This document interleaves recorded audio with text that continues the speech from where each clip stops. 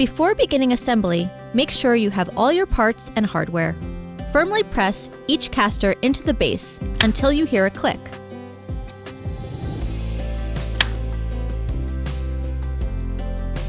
Next, insert the gas lift into the base.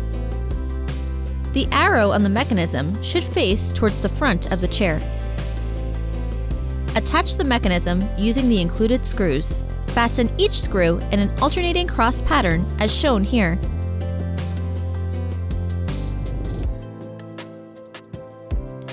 Connect your backrest onto the seat cushion with the included screws.